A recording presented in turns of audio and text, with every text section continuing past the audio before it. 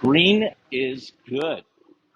I think it's interesting to talk about a business opportunities, not only because there's a social good, but also because there's opportunity to make money in green.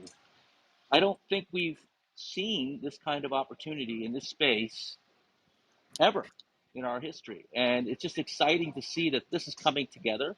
And this is going to be an exciting opportunity for so many entrepreneurs who want to start new businesses in a new industry. In fact, we're actually doing a series of these new shows. We're going to do a crypto show. We're doing tokenizing real estate. We do this show every Friday because we're trying to crack the code. We're trying to figure out what it is that entrepreneurs do over and over again to succeed. And if we can crack that code, if we can figure out what it is and how they succeed, like Edna, how does she do it over and over again? And Trevor, how do these entrepreneurs launch these businesses and succeed? And if we can learn a few of those key formulas and we can understand the recipe, then we can emulate that and we can use that in our own businesses. Today, it's all about green. Green is good. Michelle's our lead up moderator. Take it away, Michele. Yeah, I love this subject. I feel like it's something, it's something the world is working toward that many of us have been waiting for almost our entire life. I know that sounds very grandiose, but it's true. It's not that it's just sexy. And for me, it's not that it's political. It just makes sense. I think most people want to lead a cleaner, more responsible life across the board. So we're super excited today on Serial Entrepreneur Club. We have coalesced a group of experts that are starting to come into the room. Edna is one of them. Edna has been in selling solar solutions for many years. She's an expert in the space and helping people, dare I say, solarize their environment, whether it be commercial or residential. And I'll let Edna talk about that herself in a second. And then we have a new person to Clubhouse, Trevor Warren. Trevor has a very cool product. I've been hearing a lot about it. He's a CEO, he's also an engineer, and I think, Trevor, you're the founder of Higher Wire. And he is in the space. I think I understood that you are, dare I say, like a NASA or their engineer that has invented a solution for reusable lithium batteries. So I don't want to get into the details because surely I'm not getting it quite right, and we'll let you talk about it. And we have with us also his CMO and partner, Devin. So my gosh, we're super passionate, like I said, about this subject, and it's just amazing that we're in the stage now in the whole world, dare I say, where people can start to really bring these kind of solutions to the general populace. Probably a lot of that has to do with Tesla, and Elon Musk has really raised the awareness. But without further ado, let's start going through our guests here, our subject matter experts, so they can talk a little bit about the space. They'll talk 5 to 10 minutes. They'll also talk about startups and where they think there's opportunities. And then I very quickly want to get into the audience because I'm sure there's going to be lots of questions for our experts here on the stage right now. So without further ado, Edna, tell us where you are in the space and what you're observing from a high level kind of strategic position where there are opportunities. So, Edna, thank you. Thank you, Michele. Man, there is so much growth. The green renewable energy business is the fastest growing industry currently today. There's so many opportunities, whether it be solar, thermal, nuclear, wind. There's just an enormous amount of opportunities. And I pretty much focus on solar. I do rooftop solar for residential, commercial, and industrial. And that's one of the easiest and fastest way to reduce your carbon footprint, to also own your power. Currently, right now, you set up electricity in your home and you're renting your power. So why rent your power when you can own your power? Eventually, you have a zero electric bill. So as you're twilighting out and you're aging, you've got decisions to make. Do you pay for your electricity or do you pay for your meds? At the current rate of inflation, our electrical rates are going to be through the roof 20 years from now because our infrastructure is so outdated. So there's so many opportunities to come in with great creative ideas. And I love this room. I love the idea of getting other people that are working on green startups and solutions because there's so much money available for those folks that they can tap into the Hero Project. They can tap into so many things where they can bring their ideas to life. And like I said, I predominantly focus on solar, rooftop solar. And with that being said, some states have better opportunities than others. And it boils down to creating the infrastructure so that you can go out and provide these solutions for homeowners and for businesses. And there's an opportunity with solar panels, with batteries, cabling, you name it. There are so many opportunities. There's one company that I was looking at recently, and it's the Oxford Photovoltaic, and they're building solar panels, and they're using a different CO2, supercritical CO2 and perovskite, so that the absorption rate of the heat is going to be a lot better. There's a lot of people that are working on this, and I think collaboratively coming together in a room like this today gives us an opportunity to also find and discover talent that is working on the same solution. So I'm super excited to hear what Trevor's got to offer. And if anybody has any questions, feel free to hit me up in the back channel, send me a message, and I'll be more than happy to provide you with information. If you want to get involved in the solar space anywhere in the US, I can point you in the right direction and put you in touch with the right people. Thanks, Michele. Appreciate you. You bet. So, Edna, you bring a very good question to the forefront. If I'm understanding you, you're almost saying if I own a property, whether it be residential or commercial, that the economic incentive for me to get solar is strong. Are you saying I could pay less and have solar? Like, I'm trying to understand, like, how to Absolutely. really, yeah, move it to mainstream. Absolutely. So let's say, for example, you're a homeowner, right? You're currently paying, I don't know, $150 a month, and you're going to continue to pay $150 a month. You're going to pay until the day you die. So your electric bill will never end. When you go solar, you build a project that offsets your entire consumption. So we build a system to offset your consumption. If you're consuming 1,000 kilowatts, we build a system that offsets 1,000 kilowatts. Your bill goes from between 100 to 150. We lock in your rate. So you're going to pay that $100 for the next 25 years until you pay off your system. Once you hit that 25-year mark, or 20 years, or 15 years, or 10 years, depending on what program you want to sign up for, after that time period, you have a zero bill. The only bill you'll get is whatever the electric company, which is like $4, $5, $8. It just depends on the region that you're in.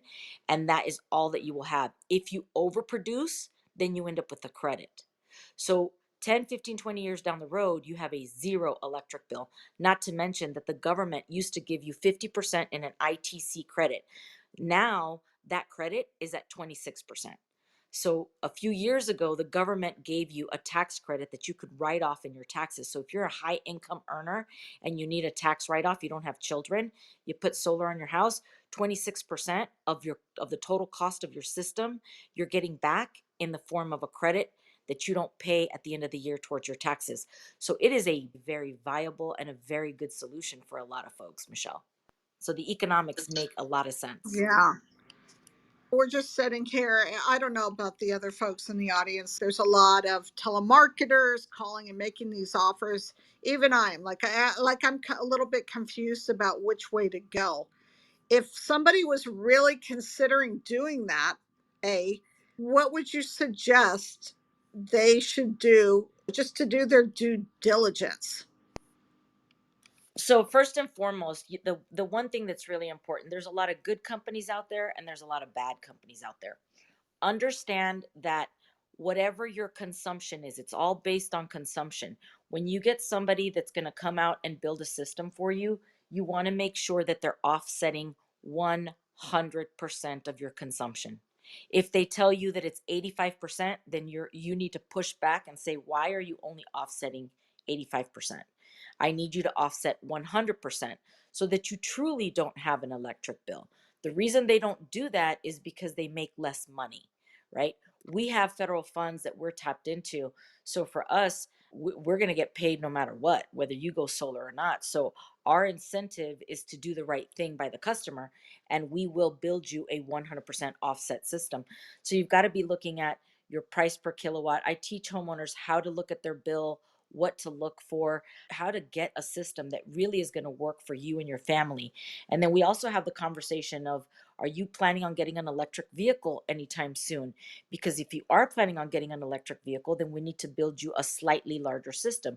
We'll go to 110 or 115% because that electric vehicle is going to consume more energy, which is then going to throw you off. We'll have the discussion about batteries. If you're in an area where they say free nights and weekends, where they're not really free, but a battery will help you store the energy that you produce during the day so that at night you can pull from your battery instead of tapping into the grid.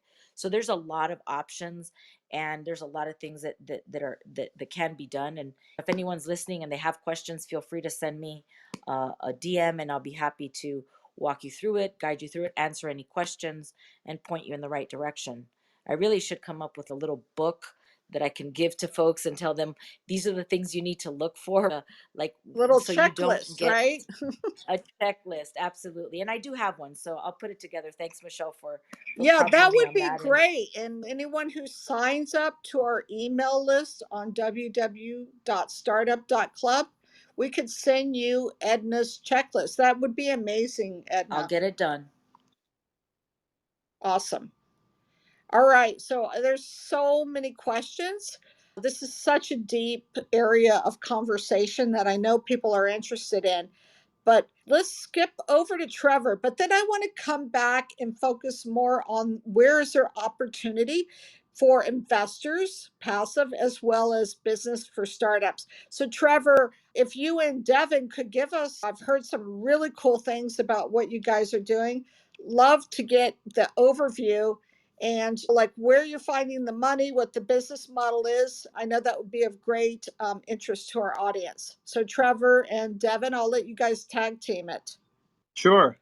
Michele, first and foremost, yeah, you were spot on. So I'm an engineer. I worked in aerospace for a number of years before founding HireWire a couple of years ago. And I'm actually located in Arizona. So HireWire is out of Arizona. But as you might be aware, Devin's over in Florida. So we have known each other for a number of years. And he's a marketing guru. So when I needed some help with some marketing, he was the first guy that I called. And we've really hit the ground running this year. So it's been a lot of fun. So everybody on this call, you guys are all depending on lithium batteries, myself included, right? Everybody's either listening in on a cell phone, a tablet, wireless headset, laptop, whatever. Maybe you commuted this morning, an electric vehicle, a scooter, e-bike, something like that.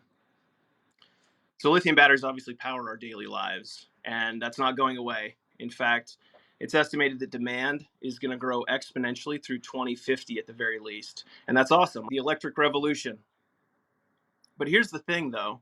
People are starting to kind of question, or starting to realize, rather, the hell are we going to do with all these batteries when they go bad? Recycling is obviously an answer. So there's a number of companies that are looking into recycling, that are trying to grow that recycling of lithium batteries so that we can make a kind of circular economy out of them. But the problem is, it's estimated only about 6% of lithium batteries are properly recycled in the United States. And it takes a ton of energy, takes toxic chemicals, and they're not quite there yet. It's not quite able to recover most of those critical materials for lithium batteries. So HireWire, what we do is something a little bit different. We give new life to old batteries. We developed a unique process flow that creates a truly circular economy for these batteries. Requires less energy than recycling, generates no chemical waste, and the cool thing is the vast majority of all the battery components can be recycled. We're talking about the plastic casing, the charge boards, the nickel, the copper, the batteries themselves, all of that can. But what we do is we actually extend the useful life of those batteries. So we'll take batteries out of, for example, scooters, e-bikes, golf carts, that sort of thing. We'll analyze those batteries, the individual cells inside those batteries. We'll make a determination. Are they good to continue to use in those applications, those high load applications? Are they good to be used in lower drain applications? So solar backup, for example, paired with solar for like bus stop lights or park lights, that sort of thing. Or do they need to be processed end of life recycling? What that does is that creates domestic supply, right? Because we're not getting these batteries from anywhere that's outside the United States. You guys are probably all well aware of all the supply chain issues we've had this year and the last couple of years. And because we're safe handling experts, it reduces the load and the burden for processing centers. So a lot of places, when you recycle, if you properly recycle a battery, they go to a processing center, and they probably have laptops and keyboards and computer screens and that sort of thing, and they're not necessarily battery experts.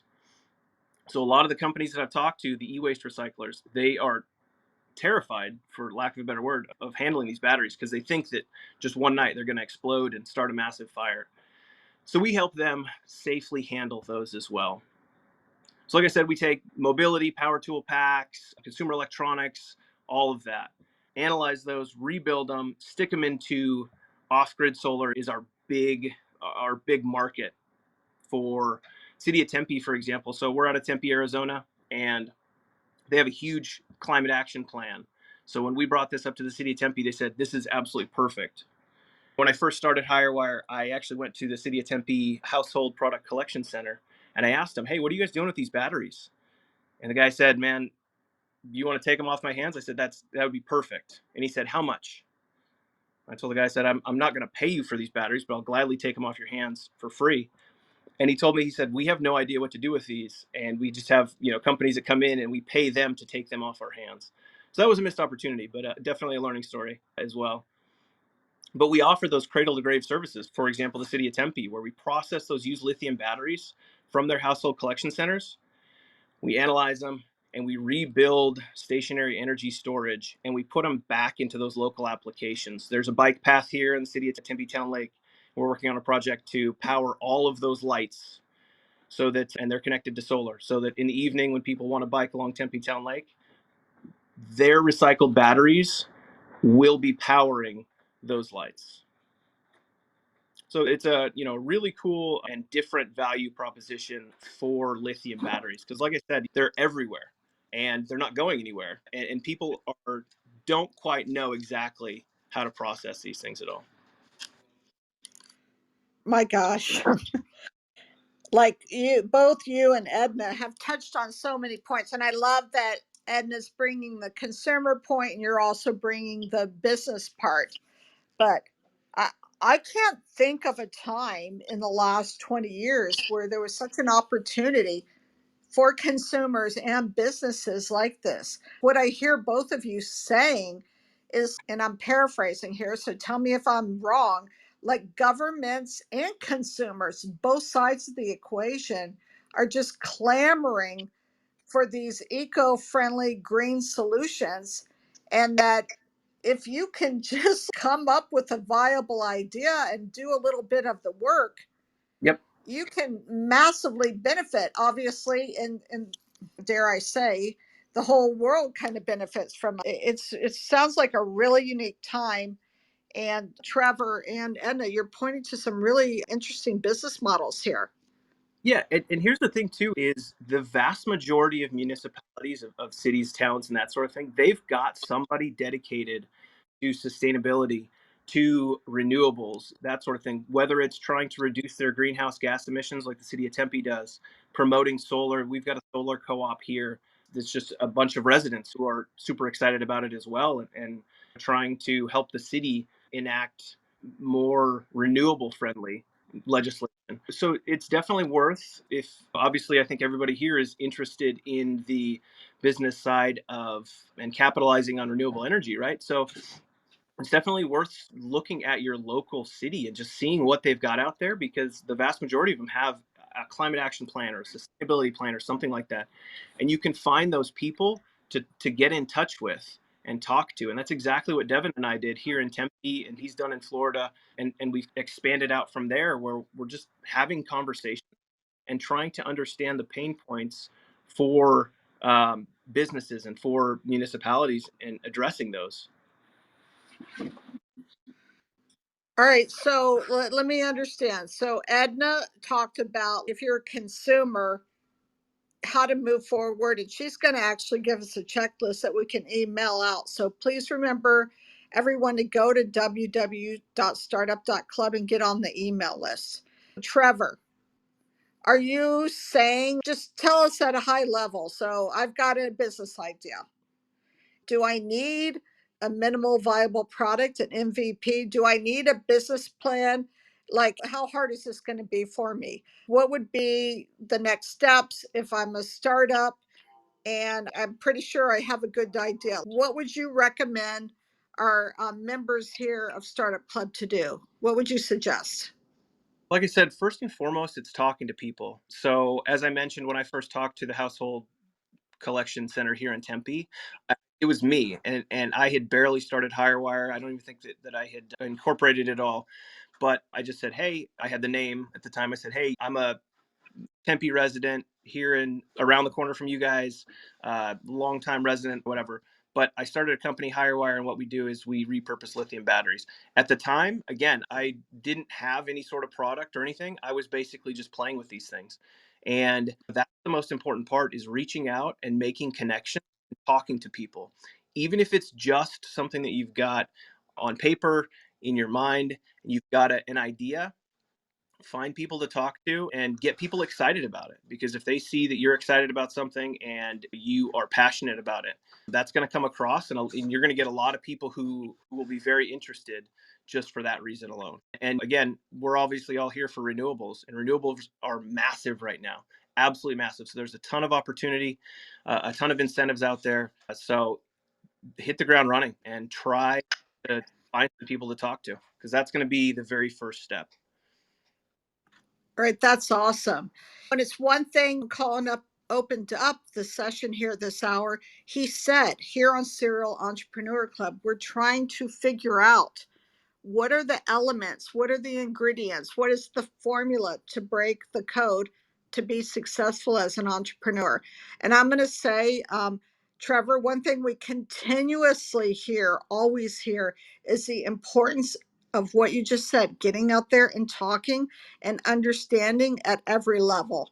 At the consumer level, both you and Edna has said, and both of you have also said the importance, especially in this area, of being connected with your local city, your government, national levels, because these are huge, hugely funded initiatives by the governments. My gosh, I have a couple ideas. I'm not quite as far along as both of you. You're experts in this, but gosh, I think anyone who has an idea, it seems worthwhile to get out there and try and talk. But before we get too much further, Jeff Sass is here. I know Jeff personally, and I know he is a huge advocate of these kind of solutions, and I'm sure he'll have some insight for us about like how to get started or even invest in ideas that support eco-friendliness. So Jeff. Thanks, Michele, and thanks, Edna and Trevor and Devin. Great stuff. And Trevor, I love what you're doing too, because it's almost a double whammy when you think about it, because just promoting use of batteries is a sustainable effort that has benefits like riding. I ride an electric scooter to the gym virtually every morning. I put over a few thousand miles on that thing already. But the side effect is you also have the issue with battery waste, and how do you dispose of these batteries and recycle them. So the fact that you're A, encouraging continued use of batteries, and B, solving some of the problems around what to do with them when they start to wear down, and replenishing them, or restoring them through your process, I think is just a great concept. And I think that, to your question or your point, Michele, that kind of raises this notion is, you know, you want to look at all sides of the sustainability issue, because there's always side effects. If you change your diet to support the environment, you still have to take into consideration there's still costs involved in the farming of those vegetables if you're a vegetarian or a vegan and other things. So it's always such a bigger picture and you don't know about the domino effects of every piece. And so I like that what Trevor and Devin are doing is not only looking at the front end, but in a way looking at the back end and solving some of those domino effects as well. When you think about that's where the opportunities come from, that's where the opportunities for innovation come from. And I think that we're at the very tip of the iceberg when it comes to the innovations around battery, solar, and sustainable energy, both at the front end and the back end, if that makes sense.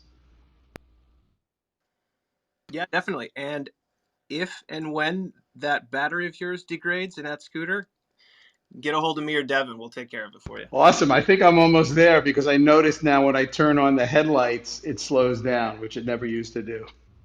There you go. A funny, quick aside, a story of kind of how I got started with Hirewire, actually, where I came up with it was similarly. I'm an engineer, so I love to tinker with things. But a few years ago, I had a laptop battery that actually died. And I ordered the new one. And when it came in, swapped the batteries. And then I had to figure out, what do I do with this battery now? Where do I recycle it? It's not like you can throw it in with your giant pile of double and triple A's. So I Googled it and I found a YouTube video that somebody disassembled a laptop battery, and it's got 6 individual cells inside, a little bit bigger than a double A. And so I put my voltmeter on there, and 4 of those cells were still good. So 2 out of those 6 cells had failed, which basically rendered the battery useless for that application. So I took them out and did what any responsible father would do. I put those into my kids' battery powered Nerf guns. And let me tell you something, it was both the best idea I've ever had and possibly the worst, because those things fired those little yellow Nerf balls about twice as hard, gave me some bruises, I'll tell you. Um, but I also took those. So when I went to the city of Tempe, I took those and I actually built a battery pack for an electric scooter. And so now I have, similarly, because I'm about a mile away from my house, I have an electric scooter that is running off of our repurposed batteries that otherwise would have just been end of life, completely done, or something like that. Definitely a huge opportunity there for this. Awesome, totally. Great story too. I love the background story. And it's interesting because I think most people don't think of that because most batteries are made from an array of smaller batteries inside. And I'm surprised that the technology doesn't fail over like it would in a hard drive array or something, so that when 1 or 2 batteries become weak, the whole thing doesn't die.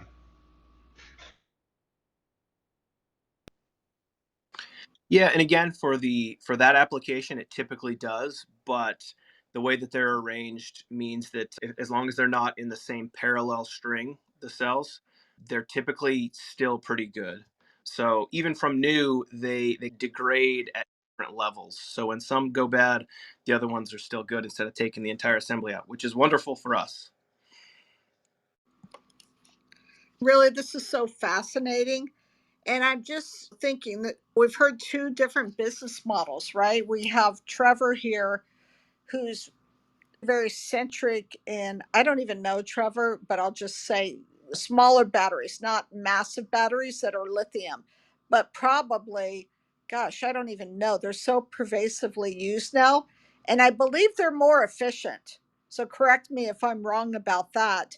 And then we have Edna here talking about the application. When I think about solar power, wow, residential, commercial, and going off the grid, and there's just a million reasons to do it, even in addition to saving the environment, if that's the way you choose to think about it. But there's also high economic incentives, as she said.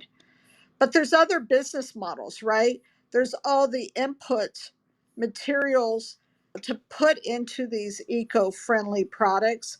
There's even the business of building money market funds that are green safe or green friendly, as well as there's a lot of people that are just interested in recycling, just pure recycling. So there's so many different facets of being eco.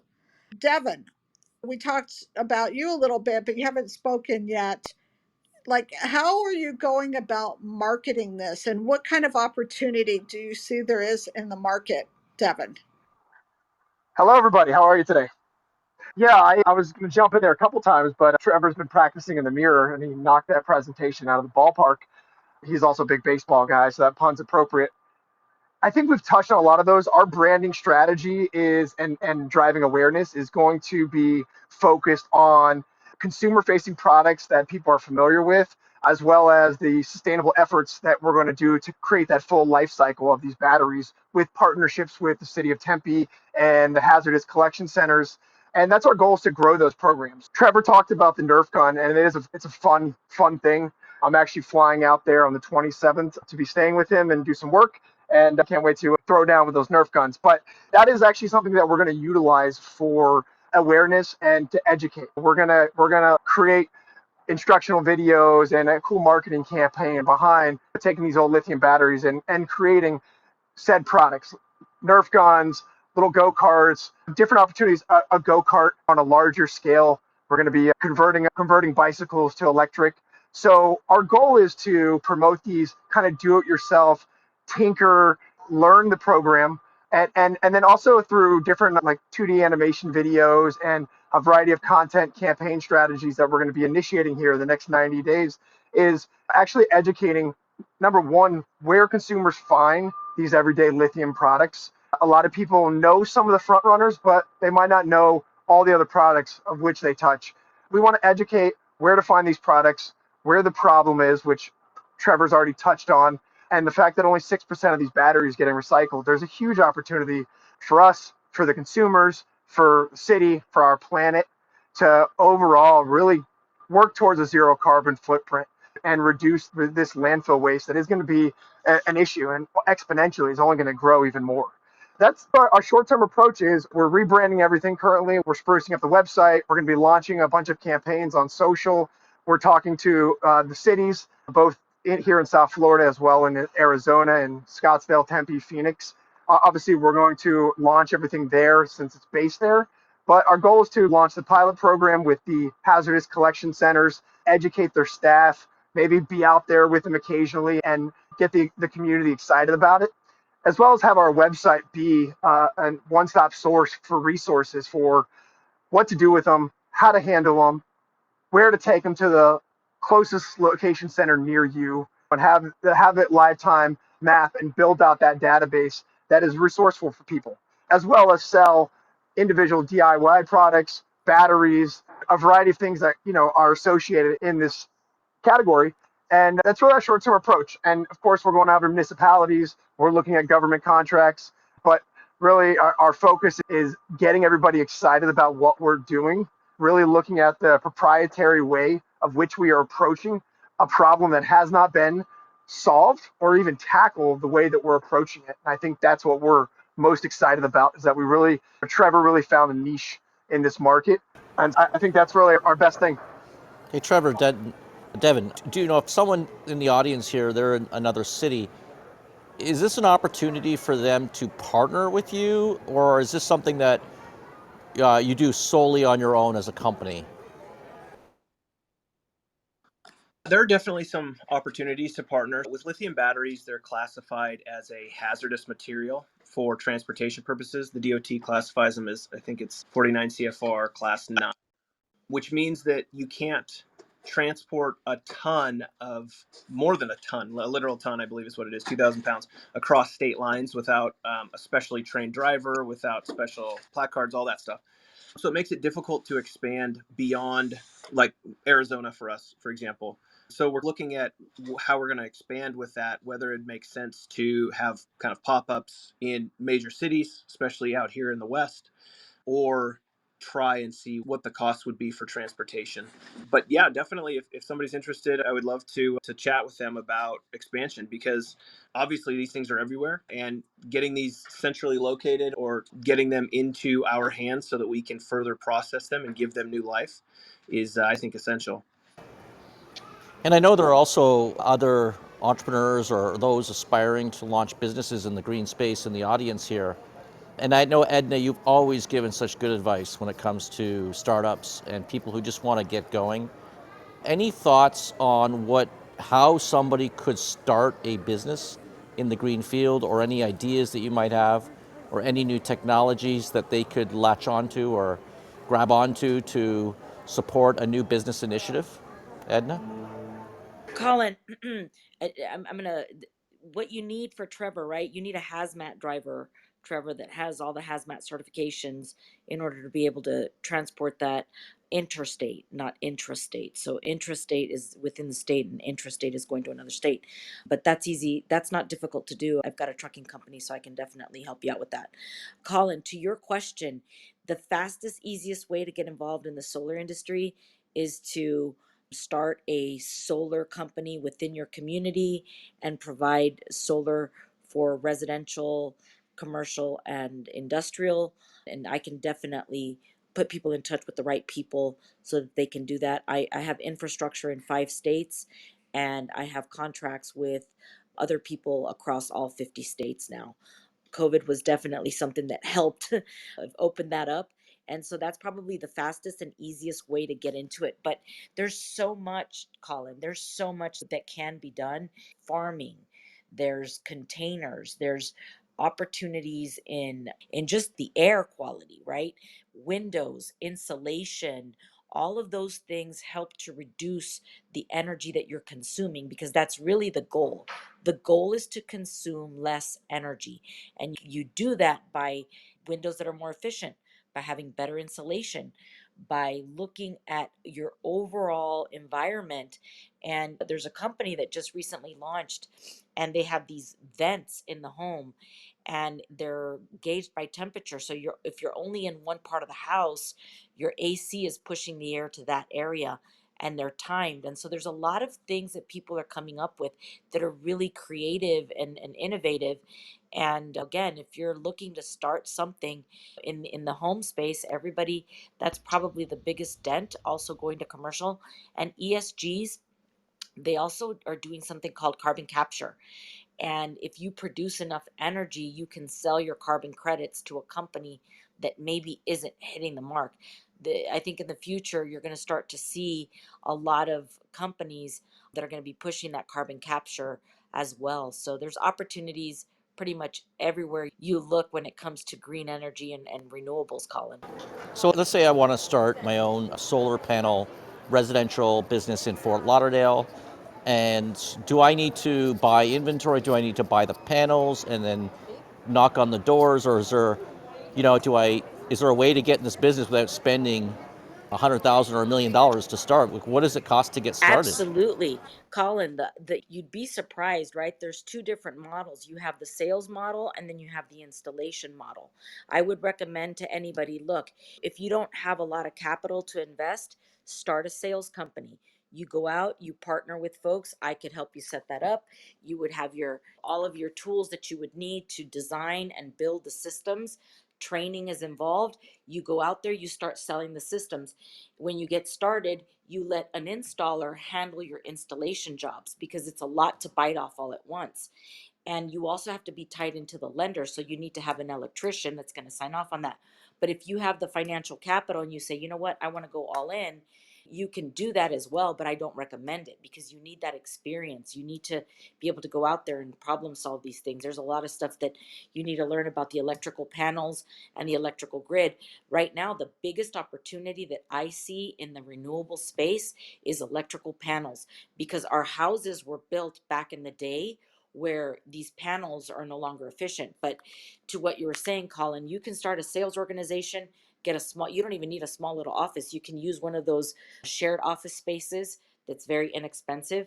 You hire a sales team, you train them, you go out, you door knock, you get a customer's bill, you bring it back, or right then and there you can design it, because I have all the design tools. You design a system right then and there. You show the economics to the customer, qualifies for the credit, you're off to the races. You then turn that project over to an EPC. The EPC will build it out, and you're off to your next deal. And you do that for about 6 months. And then on month 6, if you really want to go into the installation side, you need an electrician, a licensed electrician in that state. And you go out and you bring that electrician on, and now you're doing your own in-house installations. What's going on? You tie into a company called CED Green Tech, and they have a program where they will supply you with the panels. They will supply you with all the things that you need, and they will do the draws from the bank. So your capital output is very low. It's not when I got started, the capital output was huge. But I've got a lot of projects going on, and so I do my own financing. I don't have to wait to get paid. And that's something that you build up to. But if you wanted to start, you could tie into their program, which directly ties into the lenders, and your capital output. I mean, you can get started for less than 20 grand. Edna, I had a question about solar panels that's always been at the back of my mind, so you're probably the best person I know to answer it. I had a sailboat many years ago before it sank in a hurricane, and I had a solar panel on the boat, but all it could do was it was basically trickle charging the battery so that in between going sailing, the battery would never be dead. I know that Fisker, I believe, had a solar panel on the top of its car, but for similar purpose, just to keep the accessories charged. How far away are we from solar panel technology where you won't need a charging station for your EV? The roof will be sufficient to keep the car charged with solar panels on the roof of the car. Is that something that's in our future? I don't see that happening anytime soon, Jeffrey, because the technology is just not there. The batteries, it's all in the battery. The battery has to be able to store enough energy for you to go longer distances. And so that's really the challenge here. The ability to store it in the battery so that you can use it when you need it. And the other thing too is, I don't know how long ago that was, but back if it was 5 years ago or 3 years ago, the panels were maybe 200s or 200s at most. So that's the maximum that it was going to produce. Right now we have panels that are 450s, 500s, and that's how much energy they're producing. So the panels have gotten stronger, the same size, but they've been able to put more strength into those panels so that your production is going to be higher. So as we continue to increase the production of the panels, then we're going to also increase the capability of storing more energy, if that makes sense. Yes, Yeah, thank you. one other thing I've heard, and I don't know if it's true or not still, is the weight of those, both you and Trevor, because I honestly believe that the things standing in between, like mass market for electric cars and solar and many of these things, even little consumer devices, electronic devices, are batteries. Isn't one of the challenges is that they're like super heavy? When Jeff was talking about cars, I know Colin and I had talked to some people for one of his company, a cab company, and they were telling us they're it's so extremely heavy. They're really not conducive to go down to that level yet. Is that accurate? That is very accurate, but I'll let Trevor speak more on that. Yeah, lithium batteries are about 4 times as energy dense as traditional lead acid, which means that, for example, our products in a form factor that's the same size as like an automotive car battery, right? Like a starter car battery, we can fit about twice the capacity at half the weight. That's where we've seen a lot of the EVs start to take off, because now you can actually fit enough to where people can go 200 to 300 miles. But you're right, they're still very heavy, and a typical EV is a few 100 pounds heavier than its ICE counterpart.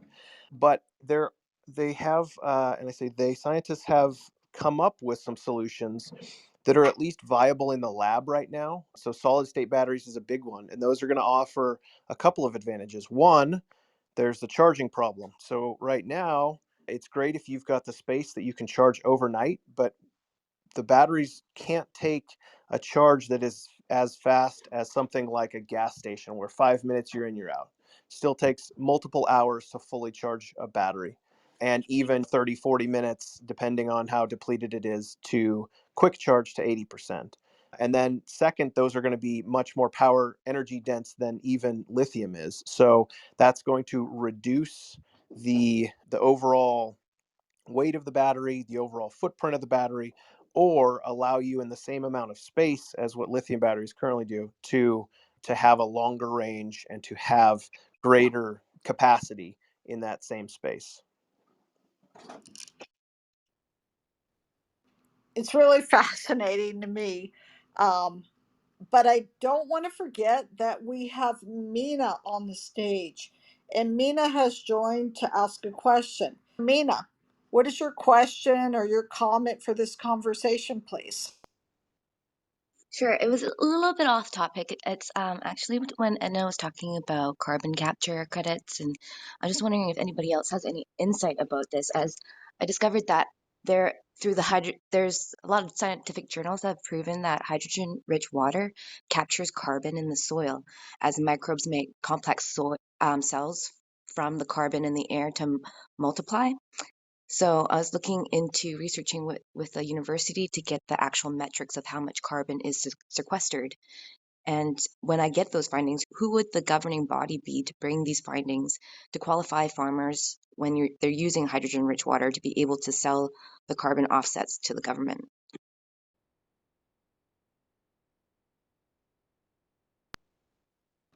Man, that's a tough one, because you've got to capture it. You've got to be able to capture it, package it, and sell it.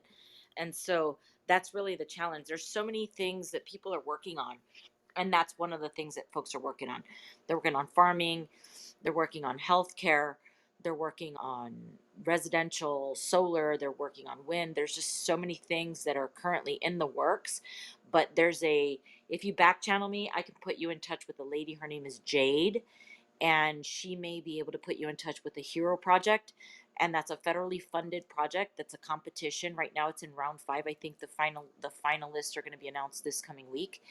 And it's a project where if you've got a great idea, you can compete with others. You're going to be competing against universities as well. And they have a software lane, and then they have a hardware lane. And those are people that you want to be in touch with and you want to be communicating with, because they're the ones that are out there working on all this innovation. Great. Thank you so much.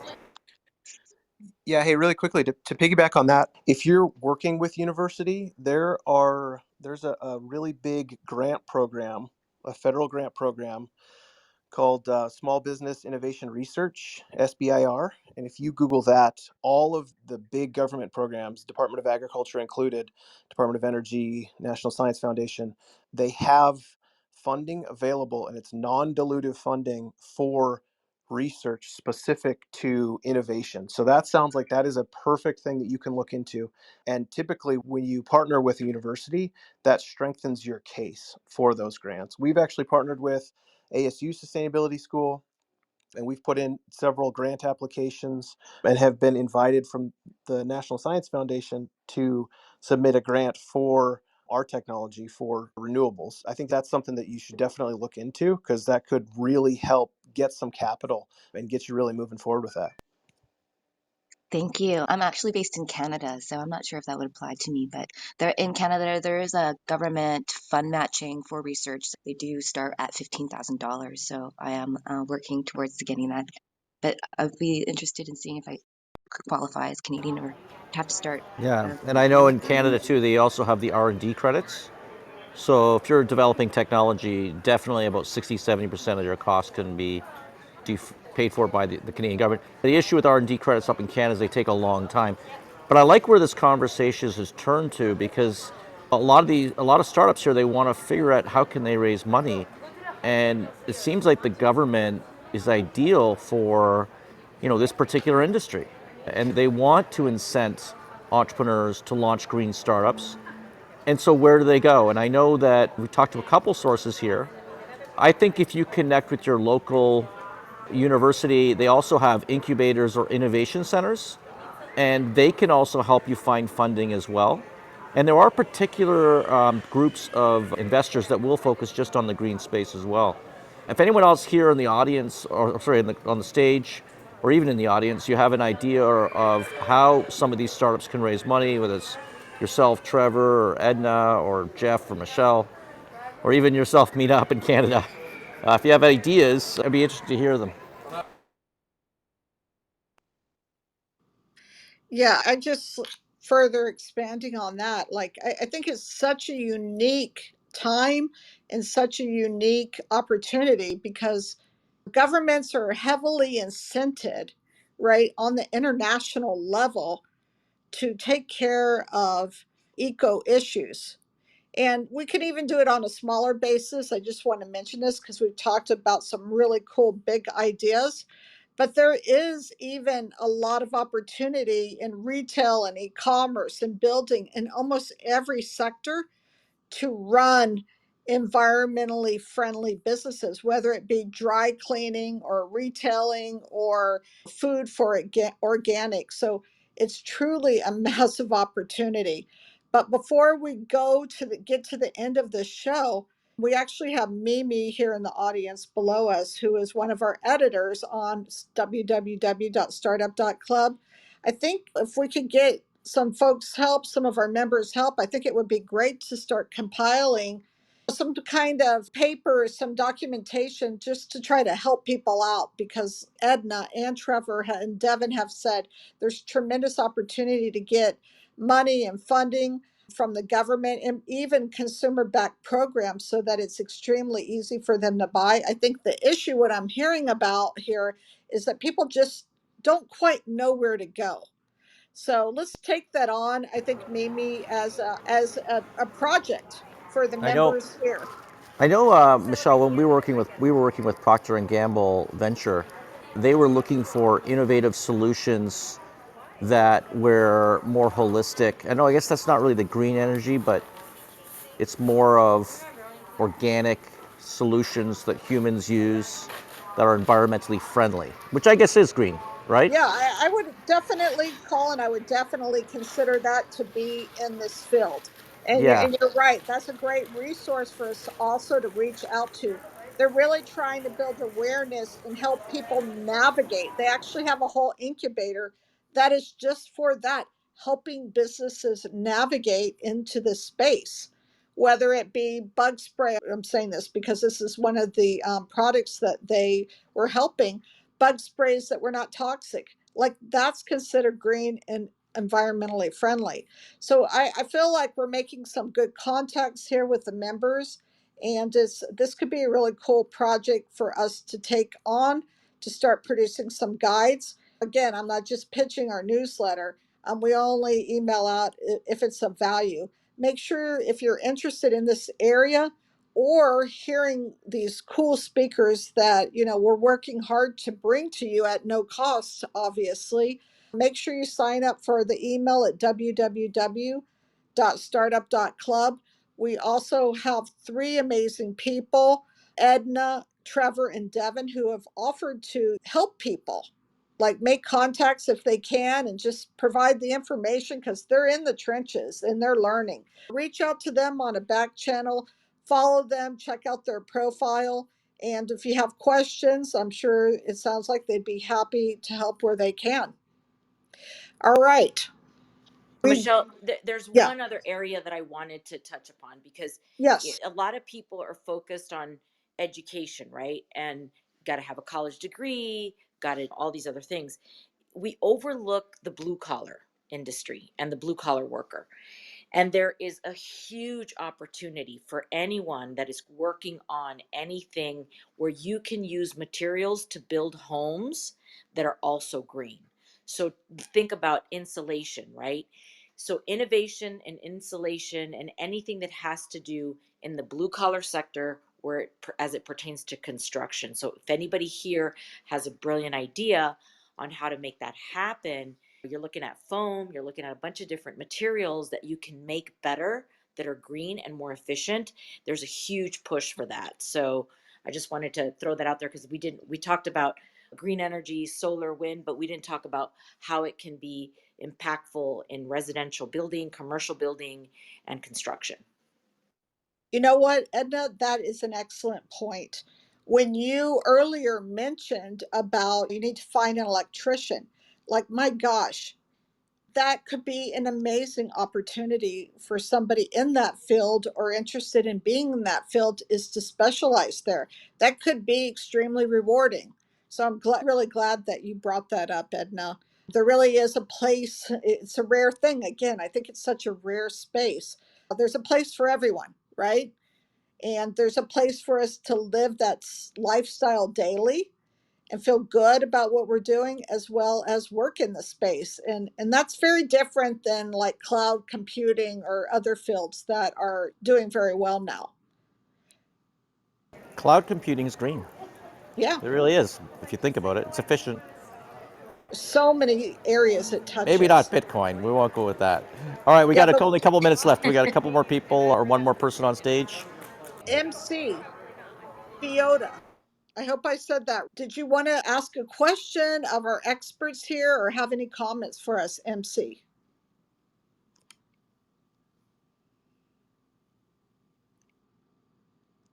Okay, he might be busy right now. So let's just go and wrap this up. We're at the top of the hour. We want to give a big thanks to Edna Bibb, who has joined us, who is an expert in everything solar, specifically in installations and much, much more, from very small projects to very large projects, and that whole business startup ecosystem around it. So thank you, Edna, for joining us today and always. Thank you. And we had Trevor and Devin from Higher Wire. Trevor and Devin have a super cool product. Actually, Devin sits here in our incubator here in Fort Lauderdale. So we really hope that you guys can come back again. I think this is a good topic to expand on later. Kudos to both of you for really moving your venture forward as a startup and in the battery space, which again, I believe that's like a massive opportunity, and it's also a massive on-road ramp or on-ramp to really commercializing and getting massive adoption. So a huge thanks to Mina for joining us and asking your questions, and our moderators, Jeffrey and Colin and Rachel. So Colin, what's next week? All Tell right, us so I'm about going to get next this week. right. But first of all, I did follow you, Trevor, Devin, Mina. You're experts in your own way, and that's what Clubhouse is all about. It's really about connecting with other experts, and hopefully we'll see you on more. And we'll run some more of these green shows as well. Of course, I really enjoy working with you Edna, and the advice that you give small businesses is great. Last week I said this week was going to be the metaverse. We got that wrong. It was green this week. Totally messed that calendar up. But next week we are going into the metaverse, and we have a lady who runs a technology company that specializes in the metaverse. She runs actually an incubator for the Canadian government, and she does it in the metaverse. And so we're going to talk about how startups can benefit from the metaverse. Great show. Talk to you next week. Thank you. Thanks, everybody. Really appreciate it, you guys. Thank you. Thanks, everyone. Thanks, Colin. Thanks for hosting. As always, a great show. And for those of you in the room, if you haven't already done so, please click on that little greenhouse up at the top and follow the club so you can get notifications about what is going on. And also go to www.startup.club, register, get in the know, and get into the groove, because Startup Club is doing some amazing things, y'all. I know, we got to get you to run a weekly show, Edna. You're so good at what you do. I'm telling you. It, It would be great if we could get you to do something there. it's done, Colin. Consider it done. I'll do a weekly show on green startups Oh, that would and be awesome.